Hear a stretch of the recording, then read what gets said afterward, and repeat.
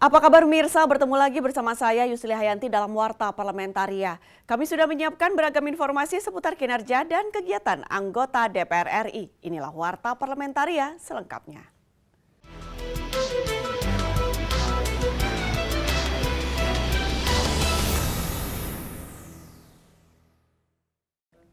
Terkait usulan KPU terkait anggaran pemilu 2024 yang naik 3 kali lipat dari tahun 2019 sebesar 25 triliun rupiah menjadi sebesar 86 triliun rupiah. Komisi 2 DPR RI mendorong penghematan dana tanpa mengurangi esensi demokrasi demi hasil pemilu yang berkualitas dan tercapainya pemulihan ekonomi. Ditemui usai rapat Komisi 2 DPR RI dengan Menteri Dalam Negeri dan penyelenggara pemilu di Gedung Nusantara DPR RI baru-baru ini, anggota Komisi 2 DPR RI Cornelis mengatakan, penambahan anggaran dana pemilu tahun 2024 perlu diperhatikan lebih lanjut. Cornelis menegaskan penghematan anggaran akibat pandemik harus dilakukan tanpa mengurangi kualitas demokrasi. Kita kan tidak bisa mengumpulkan banyak orang, tetapi kita perlu frekuensi pertemuan itu yang kita tambah. Ini kan semua biaya. Dengan biaya ini ya kalau bisa pemerintah demokrasi itu jangan diukur dengan biaya. Tetapi bagaimana hasil demokrasi yang berkualitas dan kita mendapatkan presiden dan wakil presiden yang memang standar. Hal senada dikatakan anggota Komisi 2 Teddy Setiadi. Menurutnya anggaran tersebut masih terlalu tinggi dan perlu dilakukan penghematan. Teddy mengusulkan agar anggaran pemilu tahun 2024 dipangkas. Mengingat Indonesia masih berusaha memulihkan ekonomi akibat pandemik COVID-19. Tapi juga bukan berarti kemudian jadi mengabaikan kualitas. Hemat berkualitas. Kurang lebih sederhananya itulah. Bagaimana kita bisa menghemat anggaran, bagaimana anggaran juga misalnya bisa murah, tapi kemudian juga ini bisa berkualitas, hasilnya berkualitas. Afi dan Tegar, TVR Parlemen, melaporkan. Komisi 6 DPR RI meminta agar insiden kebakaran di kilang minyak PT Pertamina khususnya di Balongan tidak terulang kembali, apalagi sampai menelan korban. Wakil Ketua Komisi 6 DPR RI Gede Sumarjaya Linggih ingin memastikan bahwa masyarakat yang menjadi korban dari dampak kebakaran tersebut ditangani secara layak, baik kerugian material maupun psikis atau mental. Gede juga mendorong PT Pertamina ke depannya agar memikirkan faktor keamanan yang lebih safety di daerah sekitar usaha Pertamina tersebut. Minimkan sekali akan terjadinya. Yang kedua, kami juga ingin memastikan bahwa masyarakat yang terkena korban daripada kebakaran tersebut ditangani dengan baik, baik itu kerugiannya, baik itu mentalnya, maupun ke depannya mereka harus hidup lebih nyaman, lebih safety. Lebih lanjut, Gede Sumarjaya Linggih mengimbau ke depannya PT Pertamina lebih meningkatkan sistem cepat tanggap dalam menghadapi suatu insiden yang tidak terduga. Gede mengingatkan, khusus untuk kilang Balongan ini, pengawasan dan pemeliharaan harus ekstra maksimal karena insiden kebakaran di fasilitas ini sudah pernah terjadi sebanyak 3 kali. Yang menelan korban masyarakat biasa. Nah itu kami melihat secara langsung kejadian tersebut dan kami menginvestigasi sebagai fungsi pengawasan kami di DPR apa penyebabnya dan bagaimana dampaknya dan bagaimana penanganannya. Dalami di sini sehingga nantinya tidak terjadi lagi. Dari Jawa Barat, Nur Fuad, TVR Parlemen melaporkan. Wakil Ketua DPR RI Sufmi Dasko menghimbau pemerintah mengkaji ulang secara mendalam mengenai penyelenggaraan kegiatan berskala besar yang melibatkan banyak massa. Di Gedung Nusantara 3 DPR RI Jakarta, Sufmi Dasko menilai pemberian izin atas kegiatan skala besar bagus dalam upaya menggerakkan roda perekonomian. Namun, tetap harus dengan pertimbangan matang dan menyeluruh agar tidak memicu munculnya klaster COVID-19 yang berpotensi mengakibatkan kenaikan kasus positif COVID-19. Pemerintah perlu membuat aturan dan sanksi yang tegas agar penyelenggara kegiatan skala besar menerapkan protokol kesehatan yang ketat.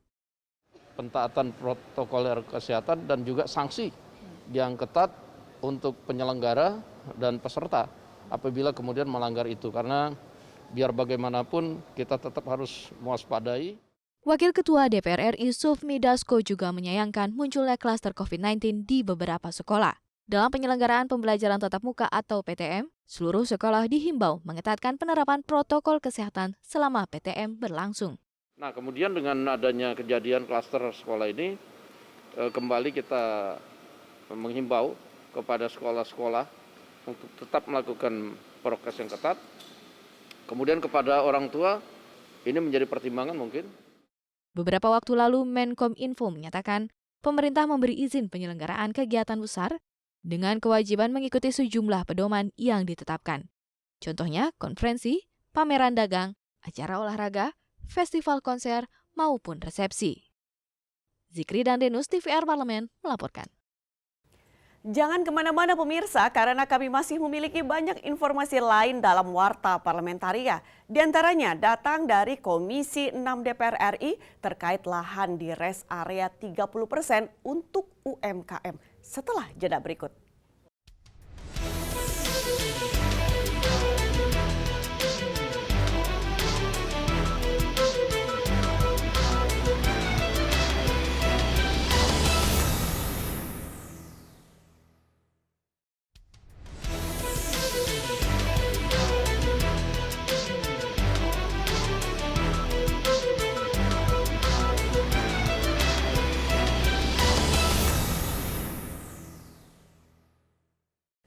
Komisi 6 DPR RI mendorong realisasi 30% lahan di rest area atau tempat peristirahatan untuk pelaku UMKM.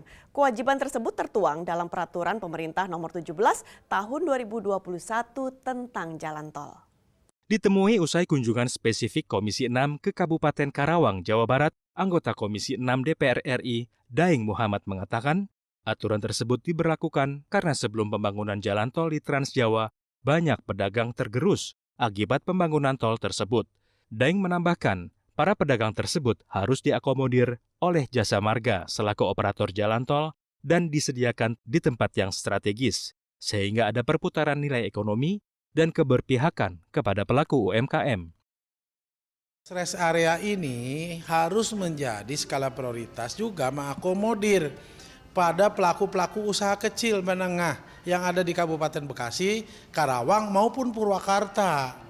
Jangan sampai para pengusaha yang punya brand, punya uang besar, punya kapital, mereka ditempatkan luar biasa dengan fasilitas luar biasa, sedangkan pelaku usaha kecil menengah kita tersingkirkan. Sementara itu, Wakil Ketua Komisi 6 DPR RI Muhammad Hekal mengapresiasi kinerja Jasa Marga terhadap capaian tingkat pelayanan dalam memberikan ruang kepada pelaku UMKM di rest area. Kita pastikan juga di rest area target capaian minimal area tersedia untuk UMKM sudah tercapai belum. Alhamdulillah dari kunjungan ini ketahuan bahwa yang ditargetkan minimum 30% untuk UMKM malah sudah tercapai 70%. Dari Karawang, Jawa Barat, Mario Hasiholan, TVR Parlemen melaporkan. BAKN DPR RI menilai permasalahan agraria, tata ruang, dan pertanahan di Indonesia sangat rumit, sehingga diperlukan intervensi politik untuk dapat menyelesaikan permasalahan yang ada. Hal tersebut diungkapkan Wakil Ketua BAKN DPR Anis Biarwati usai menggelar pertemuan dengan akademisi Universitas Padjadjaran di Bandung, Jawa Barat. Anis menilai permasalahan agraria dan pertanahan di Indonesia sangat kompleks dan sulit diuraikan. Hal ini disebabkan tumpang tindih kebijakan antara kementerian dan lembaga. Anis berharap masukan dari akademisi UNPAD dapat dijadikan sebagai bahan dalam menyusun rekomendasi untuk menyelesaikan permasalahan agraria, tata ruang, dan pertanahan nasional.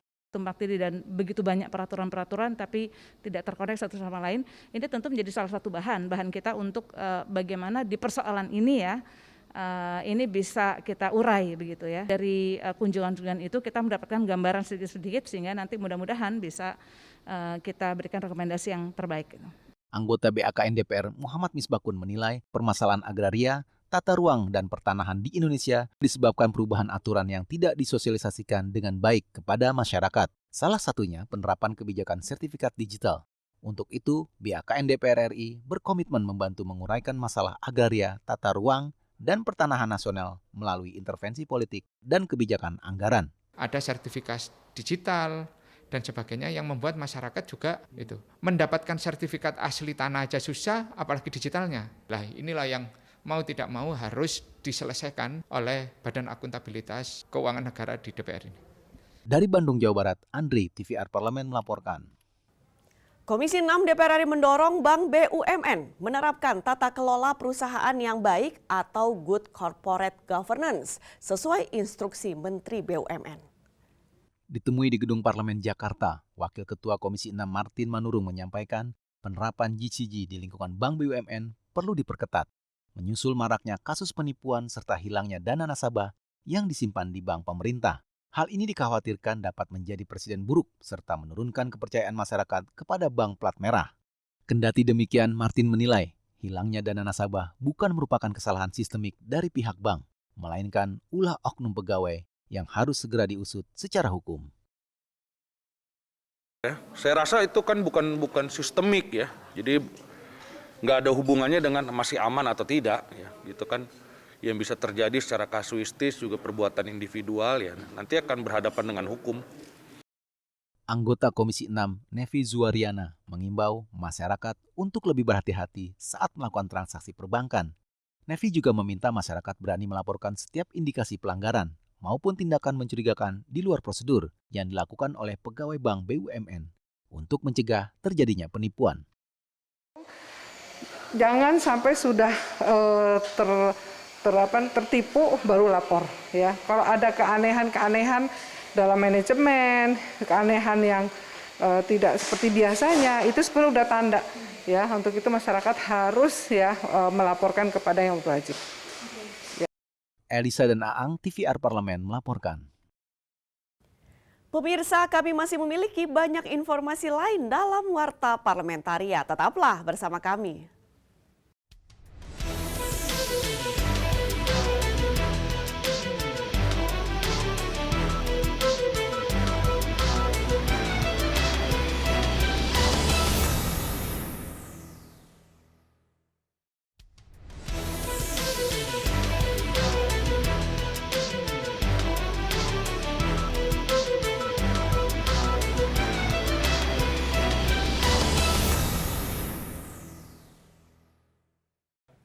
Anggota Komisi 8 DPR RI mendorong pemerintah terus meningkatkan perhatian pada guru-guru madrasah.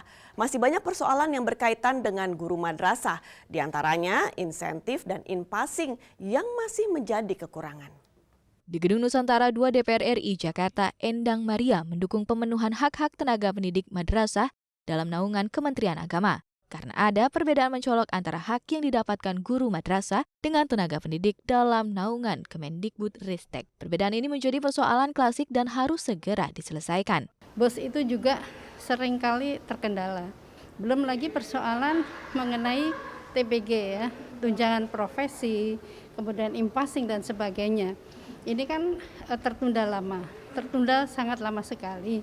Anggota Komisi 8 DPR RI Endang Maria meminta Kementerian Agama juga memperhatikan lembaga pendidikan dalam naungan Kementerian Agama Republik Indonesia.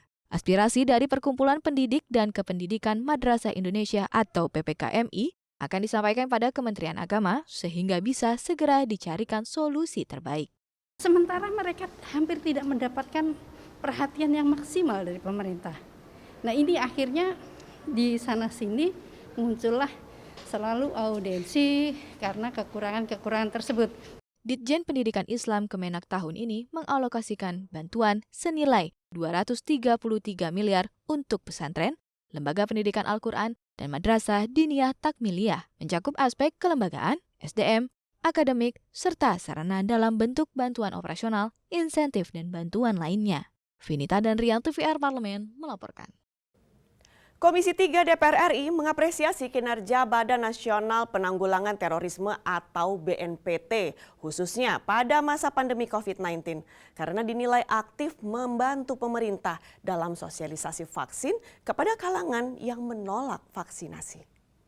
Ditemui di Gedung Nusantara 2 DPR RI belum lama ini, anggota Komisi 3 DPR RI Eva Yuliana mengatakan, BNPT telah berperan aktif membantu pemerintah melakukan sosialisasi vaksin terhadap beberapa kalangan masyarakat yang sempat menolak melakukan vaksinasi dan hal tersebut dinilai sangat membantu pemerintah untuk mencapai target vaksinasi. Dalam sosialisasi vaksinasi ini kan pemerintah ada kesulitan atau membutuhkan proses yang lebih panjang sedikit ya kepada beberapa kelompok. Namun ini BNPT membantu pemerintah untuk melakukan ini. Sosialisasi dan kemudian melaksanakan vaksinasi ini secara aktif di beberapa daerah. Sementara itu, anggota Komisi 3 Ade Rosi Khoirunisa berharap BNPT serius menjalankan program yang berkaitan dengan pemberdayaan mantan narapidana terorisme. Menurutnya, program edukasi dan peningkatan ekonomi untuk keluarga mantan narapidana terorisme menjadi sangat penting, khususnya di masa pandemik. Ya, kami mengapresiasi hal tersebut, tetapi jangan sampai ini hanya lip service saja, tetapi tidak ada tindak lanjutnya, karena kita tahu pandemi ini masih ada, gitu. Jangan sampai anggaran besar keluar, tetapi tadi tujuan utama adalah edukasi, ekonomi, dan turisme ini tidak terjalankan dengan baik. Panji dan Edo, TVR Parlemen, melaporkan. Komisi 5 DPR RI mendorong Kementerian Desa PDTT mengembangkan potensi desa dengan membuat program inovasi yang dapat meningkatkan perekonomian masyarakat desa. Hal tersebut diungkapkan Wakil Ketua Komisi 5 DPR RI, Andi Iwan Darmawan Aras, usai memimpin kunjungan kerja spesifik Komisi 5 ke Makassar, Sulawesi Selatan. Andi Iwan Aras meminta Kementerian Desa mengembangkan program desa wisata dengan terus berupaya menggali potensi dan kreativitas desa melalui peningkatan kapasitas SDM. Andi Iwan juga mendorong setiap desa untuk memiliki produk andalan yang diharapkan dapat meningkatkan kesejahteraan dan perekonomian masyarakat. Kita mendorong bagaimana agar supaya desa-desa kita ini bisa lebih meningkatkan kreativitas dan memiliki produksi produk-produk andalan di desa masing-masing yang nantinya bisa menjadi PAD buat mereka, buat desanya, dan kemudian perekonomian di desa ini bisa lebih meningkat lagi, sehingga tentunya sekaitan dengan kesejahteraan masyarakat di desa itu sendiri.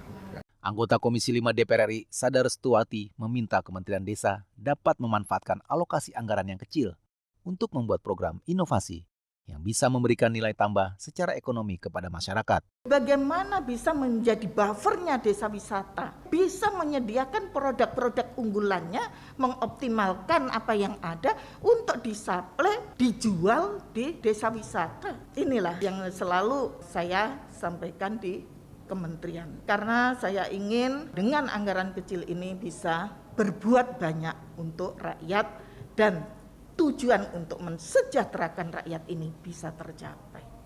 Dari Makassar, Sulawesi Selatan, Rian Indrayana, TVR Parlemen melaporkan. Demikianlah beragam informasi seputar aktivitas DPR RI yang sudah kami susun dalam Warta Parlamentaria. Saya Yusli Hayanti beserta kerabat kerja yang bertugas mohon undur diri. Terima kasih atas perhatian Anda dan sampai jumpa.